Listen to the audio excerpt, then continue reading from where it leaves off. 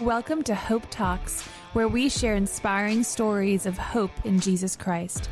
Hope Talks is hosted by Pastor Margaret Michael and Grayson Willis.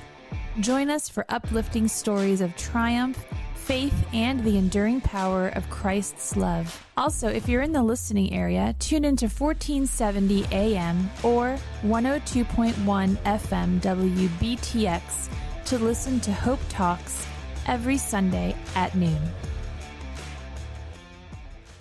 Welcome to today's broadcast of Hope Talks. I'm Grayson Willis. I'm Margaret Michael. Thanks for tuning in, and today we're joined by Jeff Arbogast. Jeff, how are you doing today? Great. How are you doing, Grayson? Good. It's good to have you at the table, Jeff. I was sitting here and I said, hey, we need to talk about some of your story before we get into what we're going to talk about today with your involvement with Samaritans Purse and in a lot of different ways over the years. But I was just saying, you actually invited me to church. Absolutely. Back in 1995. Was it 95? That's I started when I going to the church in 94 in September. So did you cut his hair? I cut his hair. Yeah. He was in Margaret's chair. And so, Jeff, you continuously made me feel welcome. That was when the church was on Roosevelt Street. And you and two other people just continued to invite me. And one day, God revealed my heart to me. And I had a place to go because you had very kindly been inviting me, not pressuring me. And so in October of 1995, I showed up on Roosevelt Street for the first time, thanks to you. So here we are today, sitting across the table. That was 30 years ago. Yeah. Like Almost 30 years ago. Yep. So thank you. I just need to say welcome. that. Thank you for being passionate and having a missional heart. You've always had that, and I've watched that over the years. So just grateful to be at the table with you this morning. Thank you. When did you get involved with Samaritan's Purse? Like, when did that start? Do you remember? Not exactly. Soon after I started going to the church in 94, I think it was maybe the year later. I think we got our kids involved through Melissa's dad, Dave Eshelman, telling us about the project, which was in its infancy at that time. It was like 2 years into it, I think. And so I just started getting interested in where they collected boxes here locally. And that time it was at the Blue Ridge Area Food Bank, and I ended up going up there and helping out and volunteering. It was a little disorganized at that time. But after that, I started getting involved and been involved ever since as a year-round volunteer with the shoebox program. Yeah. And you've recently taken another role within the ministry. You want to tell us about that? Yes.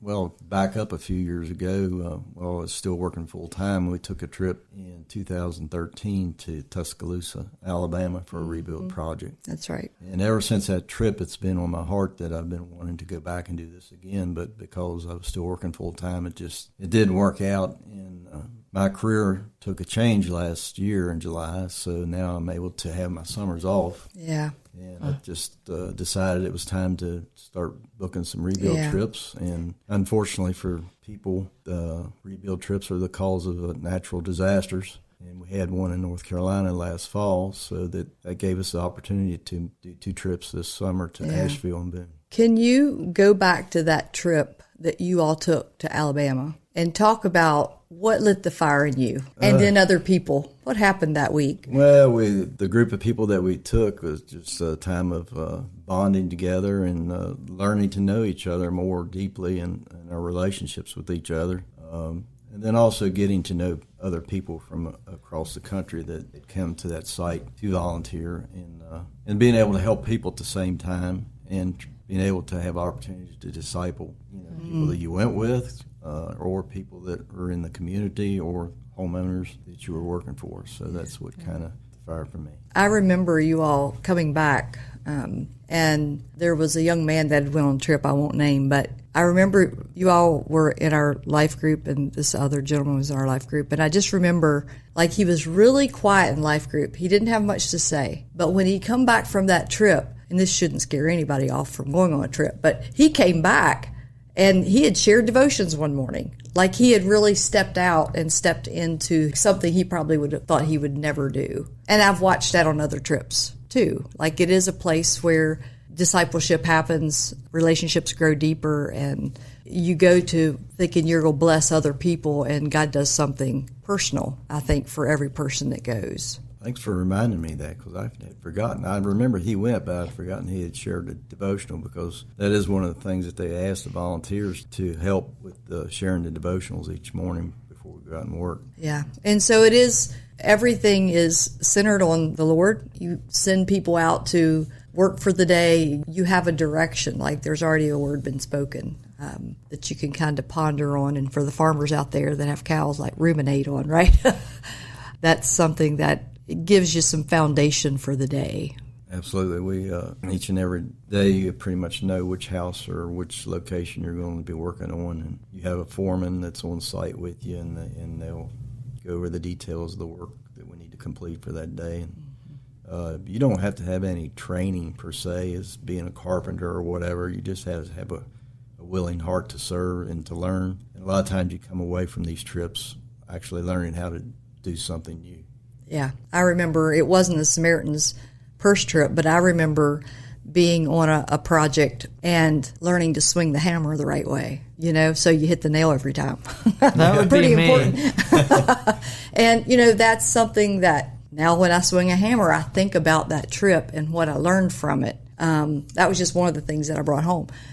It's not huge, but it's another skill that I have that I wouldn't have had I not done that. Yeah. And we're always should be learning new skills to put in I call it my toolbox. That's right. That's right. Because the Lord asks us to grow in our faith and in our skill set every day. So I know that Carolyn Purdy would not mind me telling this story. Carolyn has a real heart for missions, and I remember her telling me a story about being on one of these trips, and when they didn't have anything to do, she picked up a broom and she swept. And she just kept things cleaned up. I mean, there's always something to do no matter what your skill set is. Like pushing a broom was a skill that was needed that week. So it's good to have a balance, right? Like you need some skilled workers and you need some that aren't skilled, because there's something for every person to do. And the cool thing about all that is a lot of times you don't know what skills the volunteers that are going with you have. In each trip that we did this past summer, it's just like the Lord gave me the right people to take for this particular projects that we were going to be doing on both bills. So the details are always in the Yeah. So tell us about that. Like, what were some surprises of the people you had with you that you needed that week? Well, the first trip in Asheville, I took four gentlemen, including myself and a lady.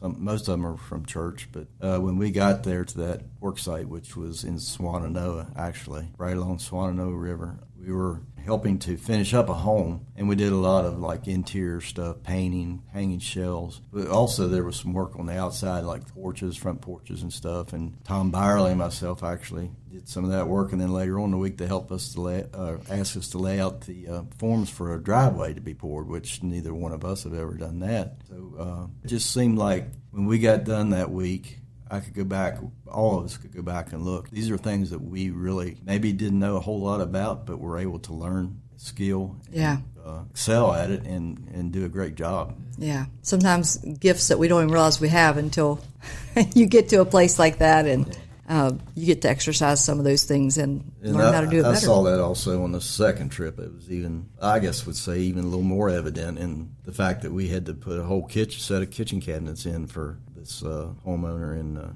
lo and behold, one of the persons that went with me had done that himself in his own home. So wow, he took care of that whole week, and he had an assistant with him, helped. She was a lady. She was a year-round, a day volunteer that lived locally. We had 2 day volunteers that worked on our team, and then we also had 2 people that went along with me that worked on another project. It was actually in Tennessee. Tennessee is very close to Boone, North Carolina. And I don't know if you're familiar with insulated concrete forms, or some people call them Legos, that you put together to form a foundation for a home. You pour them with concrete once they're all set up. Well, lo and behold, these 2 guys, they teamed up with another couple that was from New York, and in 3 days they put up the insulated concrete forms foundation to be poured later that week. And they'd never done that, so they acquired a skill set they thought they would never have. But they, I don't know if they'll ever use it again, but they have the skill now. Yeah, they were able to do what was needed to get the job done.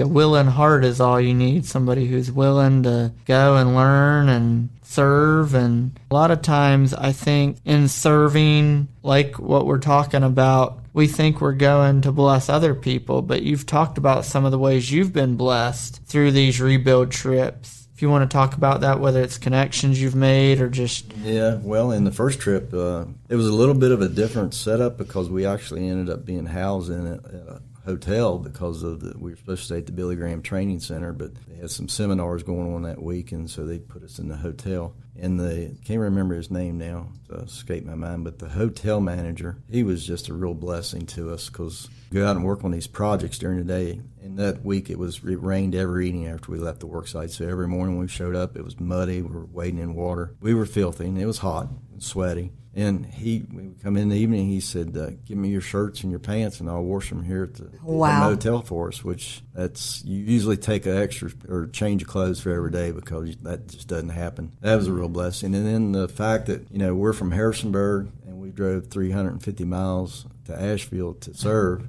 And lo and behold, just over the mountain in Circleville, West Virginia, there was another group there serving of 8 people. So we were able to connect with people that we knew actually pretty right in our back door. So that was really neat. Yeah. And are you able to connect with the families? Good question. And normally you're able to connect with the families while you're there. The first project, we were helping to finish up a home for a Vietnamese lady, and she was actually in Chicago all week, helping her daughter move, so we didn't get to meet her, which was a little disappointing, but that's okay. I did get to see, 2 weeks after we left, they dedicated her home, and I did get to see that on video. Mm-hmm. But then in the second trip to Boone, the homeowner, his name was Joe Sherwood. He's 80 years old. He lost his house in a mudslide. He was there a majority of the time, and also his daughter was there. And his daughter helped with some of the work, volunteered. And then when we have meals in the evening, when we come back, we all get together for meals there at the church. And Samaritan's Purse has a cook that cooks for you. You can invite the homeowner to come have a meal with you. So on Wednesday, I invited him and his daughter to come have supper with us Thursday evening, which his daughter also brought her husband and their son. So we were able to have dinner with them. And then lo and behold, we made a really good connection with his daughter, one of the ladies that went with me, Debbie Roadcap. They connected really well. And after that, the daughter invited us up to their home that evening to come sit on the porch, which we did. So those are the connections that really drive me, because those could be and likely will be lifelong relationships. Yeah, there's no way really to put into words what happens on those sites and during those weeks. And it might, for somebody listening, they might go, I don't know. And it's just no way to put into words what God does in your own heart. And I think I've already said it, but we go to thinking that we're going to bless other people, and we come back receiving such a blessing and having deeper connections with the people that were on the trip. I was talking to Debbie just a couple of days ago, and I asked her about the trip, and she's like, it was the first of many. And I love that answer. It's the first of many trips for her to go on because it impacted her so powerfully. Yes, I think just about everyone that went on all the trips are really seriously considering about doing this again. And I just, like you said, Debbie, I spoke to her the other day. She's traveling right now, I think going to the Midwest or Michigan somewhere, and she said, they got that cleanup thing going on in Green Bay, Wisconsin. That's only an hour away from Michigan where I'm going to be. I'm going to try to go maybe one day. So the fire's been lit for her. So, for sure. Yeah. We had talked about this earlier. The need in North Carolina is very great in those particular areas. They have another site in Burnsville, which I haven't been to, but just to let the listeners know, the project will probably, both projects in Boone and Asheville will probably last for the next 5 to 7 years. There's just such a need. So hopefully my plan is to at least do 2 trips every summer, and Lord willing, if we can find some leaders that would lead some other trips during other times of the year, we're going to try to do some other trips also. So it's usually a small group that goes anywhere from 5 to 10. What is the best way? I know Samaritans Purse does a lot of what they call rebuild trips, which is what we've been talking about. For people that are interested in serving on these type of trips, what is the best way? Is there a website for Samaritans Purse or a place they can go to find out? They have a website. The address is spvolunteer.org. You can go on that website and create your account, and then they have all the job postings on there, and you just go in and register yourself or a team. Yeah. And a team can consist of 2 people. Right. And I was going to say, yeah, maybe somebody wants to lead one of these type of trips with their church or their organization. Yeah. And they could register as their leader for their team. And also, maybe somebody just wants to go and they don't have a team. They're more than welcome to reach out to us by email or by phone here at the church, and we can put them on a list, would be another way. And especially maybe if somebody's never went, they'd like to lead a team, but they'd like to go and experience it. That would be a good way to get started in that. And our phone number here at the church is 540-434-1092. Yeah, and to speak into that a little bit, if there's a retired person listening to this, and you have a skill, particular skills, say electrician, plumber, Samaritans person has a lot of their own electricians and plumbers that they use that are staff people. But on the last trip, a gentleman by the name of Don, who lives in North Carolina, also showed up, and he has a lot of electrical skills, and he's like a guy that they'll call at the last minute if they have an extra spot for that team for that week, for that location. And, they're short maybe a volunteer. They'll call him and say, are you available?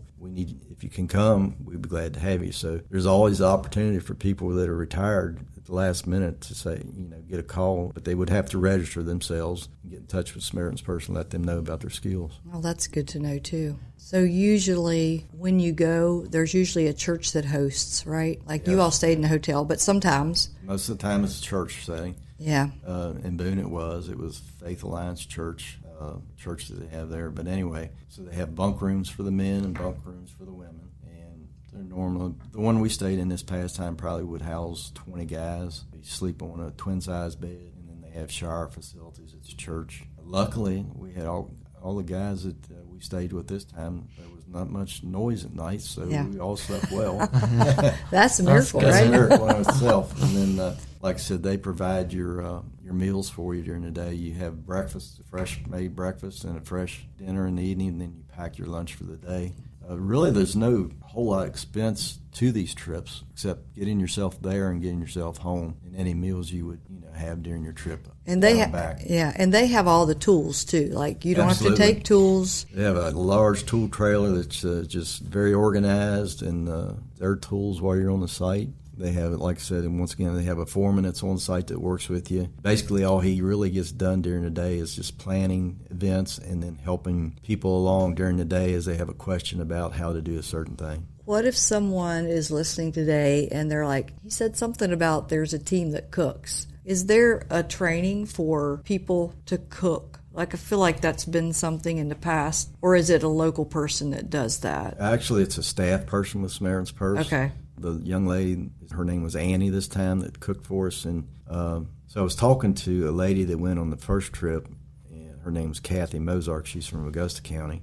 I know her from Operation Christmas Child, and we were talking about Annie because she saw a picture that I posted. And she said, yeah, she was my cook in Alaska. I said, in Alaska? Now, when did you go to Alaska? She said, in 2020, during COVID, she volunteered at the Operation Hill Our Patriots Lodge in Alaska, and Annie was her cook there. So, wow. Annie is a staff person, I assume has been cooking for quite some time at different sites, either rebuilds or cleanups or different ministry sites that they have. And she's awesome. Yeah. How about chaplains? Is there a chaplain training? These things are coming to my mind, so I'm just asking. With Samaritan's Purse? Yes. Not with Samaritan's Purse. No, there's a chaplain training with the Billy Graham Association. Okay. Yeah. I knew there was one somewhere that was somewhere attached. So let me speak into the schedule, I guess, for these trips. It's usually a Monday through Thursday full-day schedule, and then Friday's a half a day, which allows you to leave earlier to get home. We drove and left on Sunday, so you're only going from Sunday to Friday. But on a particular trip that we went to Boone, they suggested, actually they didn't even want us to work on Friday because they suggested that we tour the North Wilkesboro plant, Yes. Which is where all of Samaritan's Purse ministries are housed. So on Friday, we decided to do that, and we came back, which was an hour drive back. It was just on the way home, and toured that facility. And I would say if anybody's interested to know about Samaritan's Purse Ministries at all, if they live close to North Wilkesboro or just looking for a 2-day trip or 3-day trip, call that warehouse there and make an appointment to do a tour, because you would just be blown away at all the stuff that goes on with Samaritan's Purse and their ministries. Yeah. So, Jeff, if someone is wanting to find out how to get involved, as far as how to get updates straight from Samaritan's Purse, what is the information that they can use? What they need to do is either go to the website I mentioned earlier, which is spvolunteer.org, and there's a place where you can sign up to get text alerts whenever there's a need, as far as either a rebuild that's beginning or a disaster cleanup, which we had recently in Texas. You would be alerted as soon as they're able to take volunteers, where you can go ahead and sign up, or you can text HELP to 43037. And if you would like to just locally get involved with some of our teams, you can call the church here at 540-434-1092 and speak to Pastor Margaret, and we'll try to get you in touch with our group. And yep, that would be great. That would be great. And that's the beautiful thing is you don't have to be from our church. You know, like the last trip you took, few people were, right, from Correct. the church. It was a community trip. It was a community outreach, I would guess you would call it. There was one person from our church and myself, and then the other 4 people were not from our church. And I actually ended up chaperoning a 17-year-old from Augusta County who was excited about going, and just so happened he was 6'7", and there's times when we needed people to could reach high, and we would call on him. His name was Caleb. Yeah. To help out. That's the beautiful thing when you get the ages. I remember the trip I went on last fall, which wasn't Samaritan's Purse, but it was disaster cleanup in North Carolina. And we had from, 21 years old all the way up to in their 80s. And every person had a place, but the young person I'd never met before. Mm-hmm. And I was a little bit like, well, I don't know. They just moved here from New York City, and 2 weeks before. And what happened that week in her life will change her life forever. And she would be okay with me sharing that today. And God used the oldest person in the group to minister to the youngest person. Yep. And they had just had a great loss in their life, but they went. And to see just the dynamics of what happens on these trips. He had lost his wife, and the homeowner had lost his wife a few years back. And they were like, we didn't know why we felt so tender towards each other. And they had both walked the Appalachian Trail. And, you can't make this stuff up. I just watched God really bring that group together with the homeowner, and the homeowner, his wife, and the mother-in-law all came back to faith that week. That reminds me of a story on the last trip we went to. We had, like I said, 2 day volunteers that lived close by. And one of the volunteers, her name was Mary Kay. And Joe, the guy that lost his home that we were rebuilding his house for him, he had it was the 65 Mustang that he had there in his house or in his garage. And he lost his Mustang during the flood. Or the mudslide, and just so happened that Mary Kay has a restored 65 Mustang in her garage, and it's a convertible. And she told Joe, she said, Joe, I'm going to come over and pick you up one day when you get moved in your house and take you for a ride in the 65 Mustang. Wow. And then another connection was this lady also volunteers at Boone at the Operation Christmas Child Warehouse. They're doing stuff right now, getting ready for the season. And so I have a friend that I've known for a long time, Joey White. He's main logistics person for Operation Christmas Child Ministry. And so I just happened to call him the other day, and been trying to get in touch with him. He travels a lot. And said, how you doing, blah, blah, blah. And he said, well, I just got home from Boone this afternoon. He said, I got to take off for Australia tomorrow. He said, I said, well, you at the warehouse, Operation Christmas Child? Yeah, we were working. He said, I said, you didn't happen to run into a lady by the name of Mary Kay, did you? He goes, right when you called me today, he said, I was talking to Mary Kay earlier today, and told her I saw her in a picture that a friend of mine had posted that she was on a rebuild site. And he said, it didn't dawn on me till you just called that it was you that had posted a picture with Mary Kay. So we connected through that rebuild with Joey and Mary Kay, who volunteers at Operation Christmas Child also. Yeah. That's just... That's, yeah. Yeah, that's beautiful. I do want to just, not that this isn't about the trip I took, but just one of the highlights of that week, I was actually running a chainsaw, and the young girl that went with us, she comes up and she yells, "Pastor Margaret!" And I turn around, I stop, and I turn around and I go, "What?" She said, "I believe that Jesus was more than a prophet." And she came to faith that week and was baptized the next Sunday here. And what would have happened had, that was just so timely in her life. Sure. And so if anybody, no matter what age, I guess we should talk about what age you have to be to go on a trip. You have to be at least 14. And if you go as a 14-year-old, you have to be chaperoned by a parent. And if you want to go and you're 17, you have to be chaperoned by an adult that will agree to chaperone you. Yeah. So.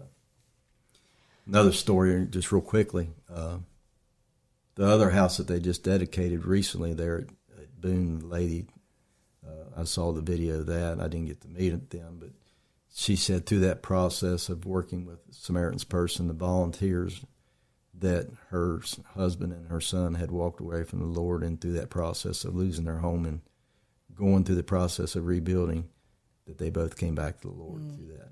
So. Yeah, we saw that week too, on the different sites that we were on. The Lord was really using believers going and being the hands and feet of Jesus. The young girl that went with us, she had came up to me one day. I was sawing up wood, and she yelled out, "Pastor Margaret!" And I'm like, turned around and said, "What?" And she said, "I believe that Jesus was more than a prophet because he was with the people. He served the people." And that came full circle to her as she saw us there serving with being the hands and feet of Jesus. It come full circle for her that he was more than a prophet. He was with the people. He walked with the people, and she saw God's people walking and serving others. And that was the big question that we got was, why are you doing this?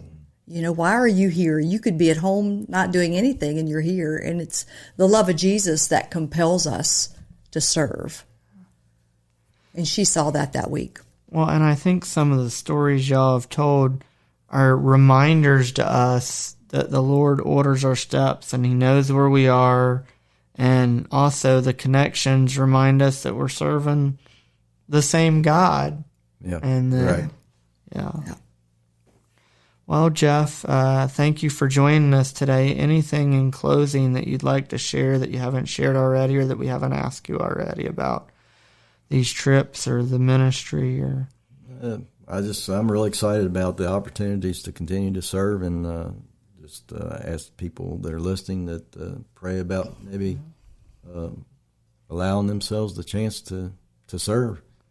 Yeah, and if people can't go, certainly be praying for these rebuild. Absolutely. And the people going, and also there's ways on the website you gave earlier if people want to support the ministry. Yeah.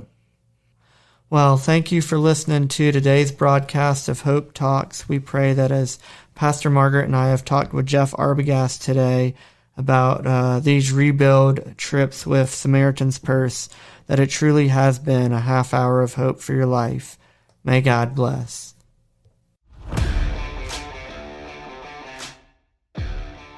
If you enjoyed today's episode, make sure to subscribe, rate, and leave a review on Spotify or Apple Podcast.